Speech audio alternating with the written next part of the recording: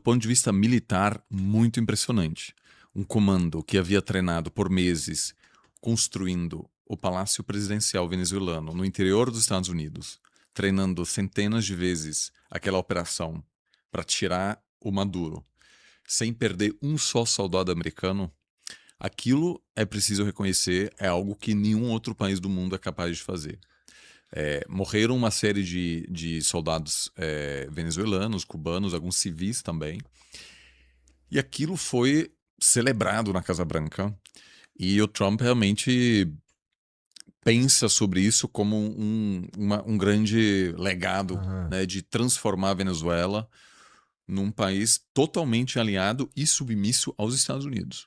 Que vale lembrar, a Venezuela foi um grande aliado russo-chinês Aham. e um dos principais adversários dos Estados Unidos. Aí o Trump vai lá, basicamente sequestra o presidente, traz ele do vice-presidente dos Estados Unidos. Isso faz com que ele tenha acesso direto, ele pode pegar o telefone e ligar para o vice-presidente e fazer lobby contra ele que ele quiser. Né? É assim, infelizmente. Então, assim, é, Entendi. outros países fazem isso também. Quando o Trump impôs as tarifas contra ela, de fato, fez essa movimentação.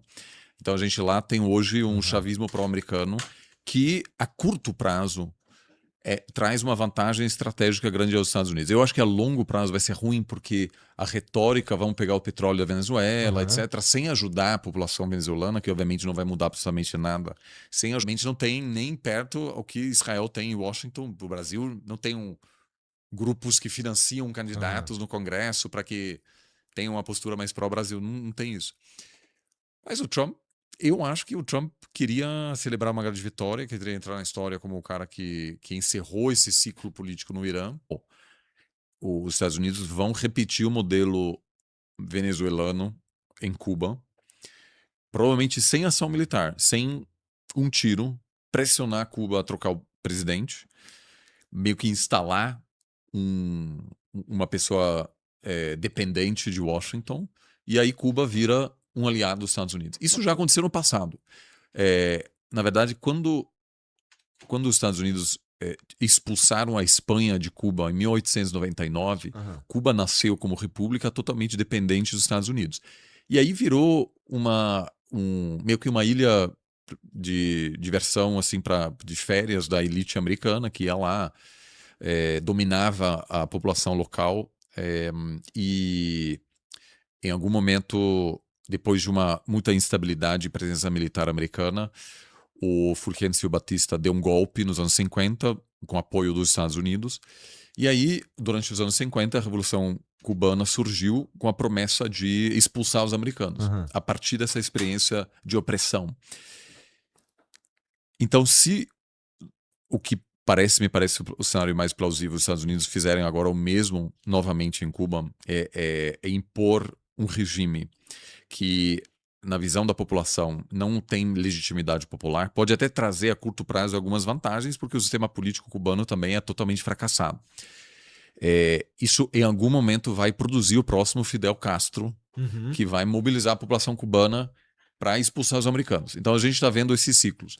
Agora, a curto prazo, a minha expectativa é que o presidente cubano não estará mais no poder justamente para as eleições de meio mandato nos Estados Unidos, para que o Trump possa apresentar não só a Venezuela, mas também Cuba como um grande sucesso da política externa dos primeiros 2 anos de seu mandato. Isso que depois acabou atacando os Estados Unidos. Ou Uhum. seja, sei, é, né, se nunca o efeito de longo prazo assim é muitas vezes imprevisível. Então, eu concordo contigo, mas assim, é, a probabilidade do Irã se transformar num ator estável a partir da atuação militar busca o seu status como grande adversário dos Estados Unidos como sua principal razão de ser. E que tem uma capacidade militar muito superior, e que tem 90 milhões de pessoas e um território vasto. E que não se rendeu. E a expectativa em Washington foi de que o Aham. Irã, ao poder controlar esse estreito, acaba tendo uma enorme influência sobre boa parte das exportações dos Emirados, do Catar, que é um dos principais exportadores de gás natural, que, aliás, para os europeus agora é uma grande dor de cabeça, porque depois da invasão russa à Ucrânia, eles pararam de comprar gás, em boa medida, gás russo e começaram a aumentar suas compras de gás justamente do Catar, que agora também não podem Uhum. mais. Então, uma parte considerável do petróleo da Arábia Saudita também passa por lá. Agora, naquele caso famoso, matou um jornalista que Aham. trouxe ele para dentro do consulado da Arábia Saudita em Istambul e o matou porque é um crítico ao regime. Então, eu não estou aqui defendendo a Arábia Saudita, mas ela tem uma visão sobre o futuro, Aham. construindo aquelas novas cidades, querendo trazer a Copa do Mundo no futuro. Tudo isso faz parte de um processo de renovação de vários países do Oriente Médio, inclusive a Arábia Saudita. O Irã não tem isso. O Supremo Líder tinha 86 anos e, em janeiro, houve uma grande onda de manifestações e o regime matou dezenas de milhares de pessoas nas ruas. Então, o regime perto do colapso, tipo União Soviética no final dos anos 80. Aham. Aham. E aí o Trump achou que é só dar um empurrão final para as pessoas se levantarem novamente e ele poderia participar dessa grande vitória de ter encerrado esse ciclo do Irã ser um grande adversário dos Estados Unidos. Aham. Só que o que aconteceu foi que, ao ser atacado por um inimigo externo, justamente junto com Israel, que são os dois países constantemente demonizados no discurso iraniano. Eu estive no Irã anos atrás Ah. e, cara, cada semana tem uma grande manifestações com placas assim, morte. Aumentou os preços muito rapidamente, né? Então, assim, existe esse risco, Eita. mas, assim, só para dizer, Ah. é, Meu o, Deus. a Arábia Saudita já exporta parte do seu petróleo pelo Mar Vermelho. Se eles perceberem, olha, o Irã está tentando controlar o Estreito de Hormuz a longo prazo, a gente vai ter que pedir pagar pedágio, etc. Eles vão aumentar os, é, os, a infraestrutura para poder exportar para o sul.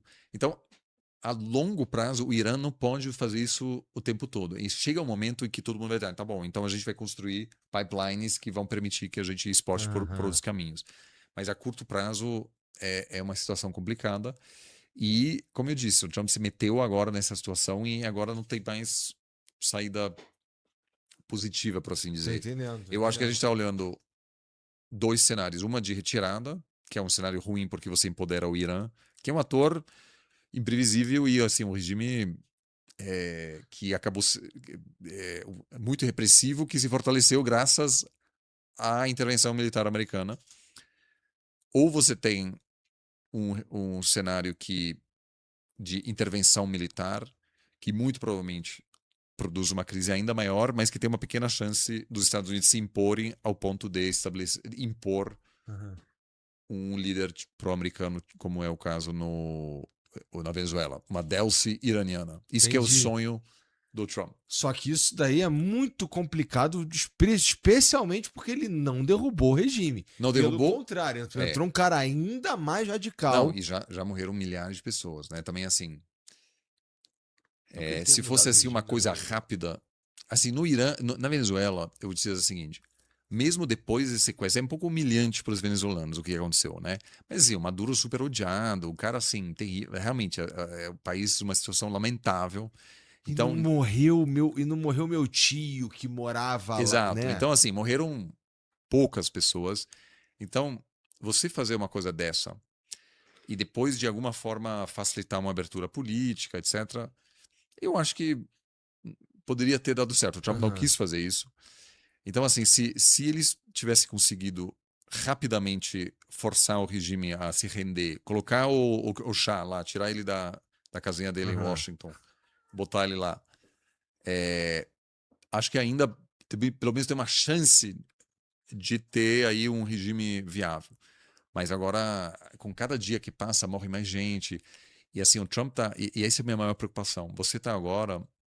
O Trump abertamente fala em atacar infraestrutura energética não militar. Isso quer dizer, exatamente o que a Rússia está fazendo na Ucrânia. A Rússia na Ucrânia ataca infraestrutura civil energética para que a população passe frio,